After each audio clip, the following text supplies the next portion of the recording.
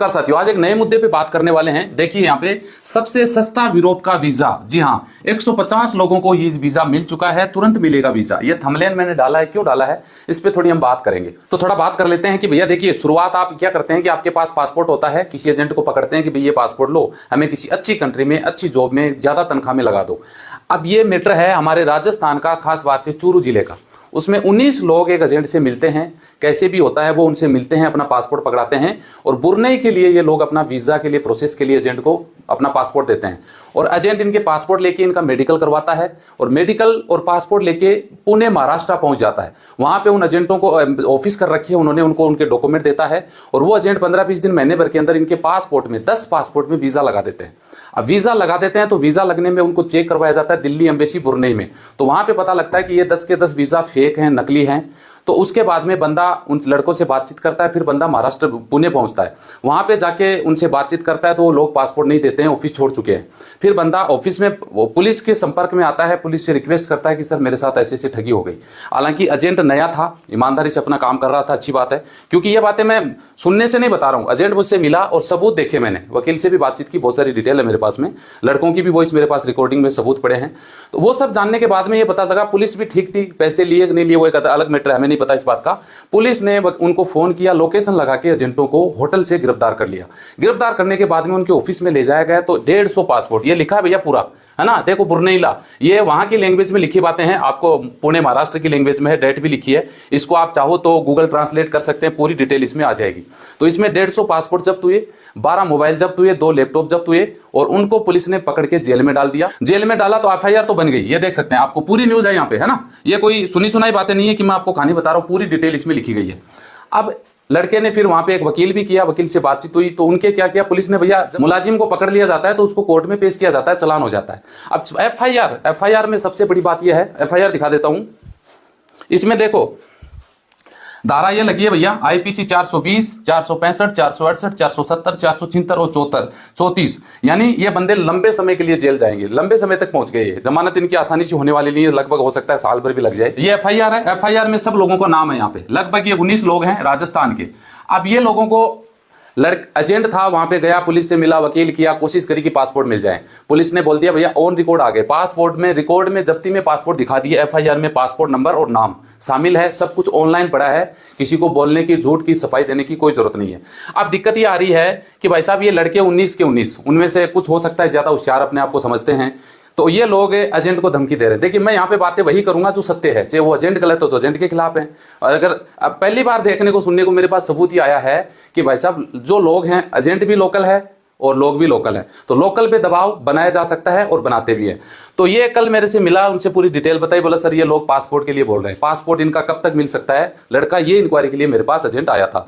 तो इनका सिस्टम देखिए, मैं हूं चाहे कोई भी हो, जब बात कानून में चली जाती है, अपन घर में बैठ के कुछ भी बातें करें, है ना, फोन पे कुछ भी करें, धमकी कुछ भी दे, वो अलग मैटर होता है। जब मामला कोर्ट में चला गया ना, तो भाई साहब जिले का एसपी साहब भी खड़े होकर आपका वो बोल देना कि पासपोर्ट मैं लाके दूंगा, नहीं लाके दे सकते, वो उनके अधिकार क्षेत्र में नहीं आता। आपने देखा होगा चलान, आपका चलान पुलिस काट देती है, आपकी गाड़ी जब्त हो जाती है, चलान कट गया ना तो पुलिस उस गाड़ी को छोड़ नहीं सकती, वो कोर्ट से छुटवानी पड़ती है। इन चीजों का आपको पता होना चाहिए, नहीं पता है तो पुलिस स्टेशन में बहुत सारी गाड़ियां खड़ी होंगी, उनको जाके देख लेना कि वो गाड़ियां क्यों खड़ी हैं, वो सब कोर्ट के आदेश से छुटेंगी, चाहे उनको साल लगे चाहे 2 साल लगे, वो केस पे डिपेंड करता है। अब एजेंट ने वहां पे गया, काफी चक्कर भी काटे, 1.5 लाख रुपया भी खर्च हो गया, वकील भी कर रखा है, पुलिस ने साफ इनकार कर दिया कि हमारे हाथ में कुछ नहीं है, हम आपके पासपोर्ट नहीं दे सकते, कोर्ट से आपको छुटवाना पड़ेगा। अब ये लोगों की, मैंने कुछ लोगों की रिकॉर्डिंग सुनी तो मुझे ऐसा महसूस हुआ कि यार देखिए, ये लोग अगर चंडीगढ़ मोहाली में, बहुत ज्यादातर राजस्थान के लोग वहीं फंसते हैं, दिल्ली में अलग अलग जगह फंसते हैं, अगर डायरेक्ट पासपोर्ट दिए होते और ये स्थिति होती तो ये क्या करते, कुछ नहीं कर पाते। लोगों के लाखों रुपए भी चले जाते हैं, पासपोर्ट तो एक छोटी सी बात होती है ना, लोग दूसरा बनवा लेते हैं, अलग बात होती है। लेकिन अब ये एजेंट लोकल है, इस पे दबाव दे रहे हैं, रिकॉर्डिंग में साफ साफ सुना जा सकता है कि पासपोर्ट हमारे लाके दो, वरना हम पुलिस स्टेशन में जाके तुम्हारे खिलाफ में मुकदमा दर्ज करवाएंगे और उसमें ये लिखवा देंगे कि 50,000 रुपए पासपोर्ट दिए। अब देखिए लोग इतने शाणे भी होते हैं, मुझे अफसोस की बात करना, आपके बताना पड़ रहा है, सब लोग, अगर आप ये किसी के साथ भी हो सकता है, सबके साथ होता है, इंडिया में 1 करोड़ रुपए की रोज ठगी होती है जिसमें आप जैसे ही लोग होते हैं। आपको क्लियर कर दूं कि जब नाम से एफआईआर हो जाती है ना, पासपोर्ट नंबर सहित, तो भारत के अंदर यह कानून बना हुआ है कि एक ही नाम से 2 एफआईआर नहीं हो सकती। इन लोगों के नाम से एफआईआर पुणे में हो चुकी है, एफआईआर नंबर भी लिखा है, जो कि पूरा ऑनलाइन सिस्टम पड़ा है, समझ गए। अब कितना भी कोशिश कर लो, पासपोर्ट पुणे कोर्ट से ही छूटेंगे और छुटाने के लिए हालांकि एजेंट ने वकील भी कर रखा है, लेकिन ये नहीं कि घड़ी में घूंट भर जाए। हमने राजस्थान में एक कहावत है, अब टाइम तो लगेगा। जो एजेंट है उनको मान लो आपको कोर्ट पासपोर्ट किस बेस पे दे, अगर आपको पासपोर्ट दे दिया तो वकील जो मुलाजिम को पुलिस ने गिरफ्तार किया वो क्यों किया, वो सबूत ही तो हैं कि ये इतने पासपोर्ट जब्त हुए, इन पासपोर्ट में नकली वीजा लगे हैं, ये चेक किया जाए, है ना। तो उनको अगर पासपोर्ट सुपुर्द कर दिया जाए, अपने अपने लोगों को दे दिया जाए, तो फिर कोर्ट में कार्रवाई क्या होगी? कार्रवाई उन्हीं पासपोर्ट के आधार पर ही तो कार्रवाई होगी ना। अब ये लोग दबाव बना रहे हैं एजेंट पे कि हमारा पासपोर्ट दो। पासपोर्ट कैसे मिलेगा? आप पुलिस के पास चले जाओ, आप एसपी साहब के पास चले जाओ, आप कहीं भी चले जाओ, पासपोर्ट पुणे के कोर्ट से ही छूटेंगे, है ना। और इसमें हालांकि नेगेटिव बातें बहुत हैं जो मैं यहाँ पे बताना नहीं चाहता। ये दिख रहा होगा आपको, मेरे पास एक बंदे का मैसेज आया, ये मेरा मैसेज चला गया, फिर बंदे का यहाँ पे एक मैसेज आता है, या अशोक गहलोत की फोटो लगी है, आप पढ़ लेना भैया, सब जिनके साथ भी ऐसी कोई घटना हो रही है। हेलो सर, मैंने पासपोर्ट बंबई की ऑफिस में, मेरा पासपोर्ट बंबई की ऑफिस में फंस गया है नकली वीजा के कारण। गौर से सुन लीजिए भैया, आपके भी पासपोर्ट में नकली वीजा लगे हुए हैं, वो लोग दे नहीं रहे, यानी एम्बेसी इनका पासपोर्ट जब्त कर लिया और इनको पासपोर्ट नहीं दिया जा रहा है। सीकर का एजेंट है, उसको दिया था वीजा स्टंपिंग करवाने को, वो वीजा दिखाकर बोला ओरिजिनल है और मेरा मेडिकल करवा दिया, पासपोर्ट एम्बेसी में गया तब पता चला कि वीजा नकली है। अभी सीकर में एजेंट है, वो बोल रहा है कि पासपोर्ट नहीं मिलेगा, नया पासपोर्ट बनवा लो। अब बताओ मैं क्या करूं? यानी ये जो राजस्थान के 19 लोग हैं, इनके लिए बेस्ट है कि इनको बुलाया नहीं गया, वरना कोर्ट इनको तलब कर सकता है कि आ जाओ जी भैया, पासपोर्ट तो आपके है ना।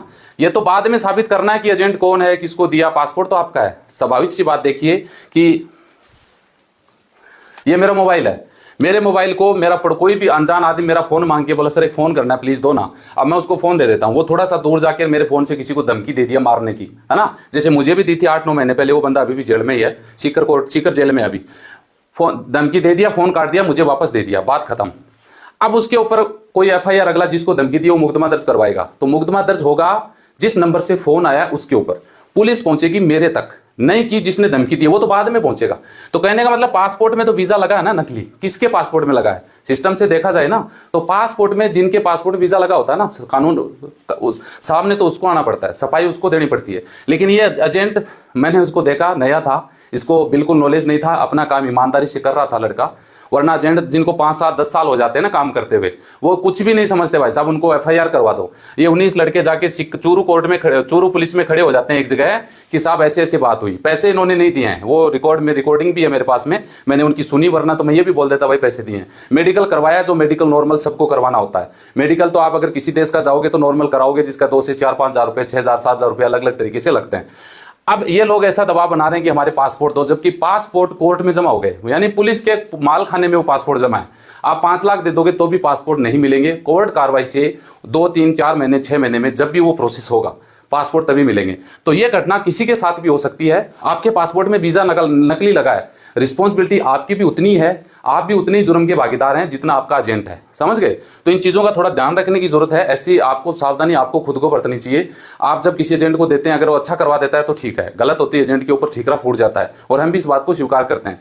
लेकिन ये भी थोड़ा सोचने की और गहराई से समझने की बात है कि जब एफआईआर हो चुकी है जिन लोगों के नाम से, और वो फिर धमकी दे रहे हैं एजेंट को, तो ये तो एक ये हो गई कि उसको उकसाने वाली बात हो गई कि भैया तू मर चाहे कुछ भी कर, हमें तो हमारा पासपोर्ट दे। अब बंदा चाहे सदमे में आए, चाहे वो जान दे, अपनी भागे, घर छोड़े, या ना लोग तनाव में आ जाते हैं, फिर वो गलत कदम उठा लेते हैं। तो इसलिए मैं नहीं चाहता कि ये नौबत आप लोगों के साथ में आए, सब लोगों के साथ में, क्योंकि मेरे पास जिन लोगों की बात होती है सब के सब ठगी के शिकार होते हैं, और आए दिन ऐसी घटनाएं घटती रहती हैं, मुझे तो मेरे सामने आती रहती हैं। इसलिए मैं बता रहा हूं कि जब भी पासपोर्ट लगाए ना तो भाई साहब थोड़ा सा धैर्य रखें।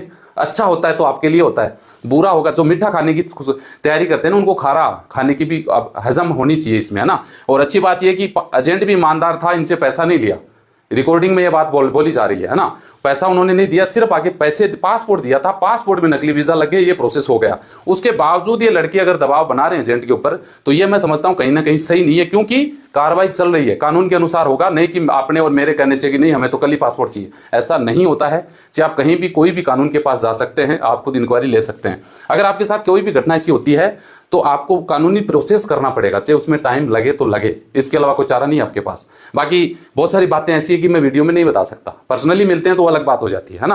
पासपोर्ट के संबंधित, और पासपोर्ट के संबंधित ही हम बात कर रहे हैं, लीगली तो मैंने बता दिया, इनलीगली बहुत सारी बातें होती हैं जो मैं आप लोगों के साथ शेयर करना मैं कानूनी गलत होता है, तो इसलिए ये बातें मैं प्रमोट नहीं करता हूं। तो थोड़ा सा इन चीजों का ध्यान में रखने की जरूरत है।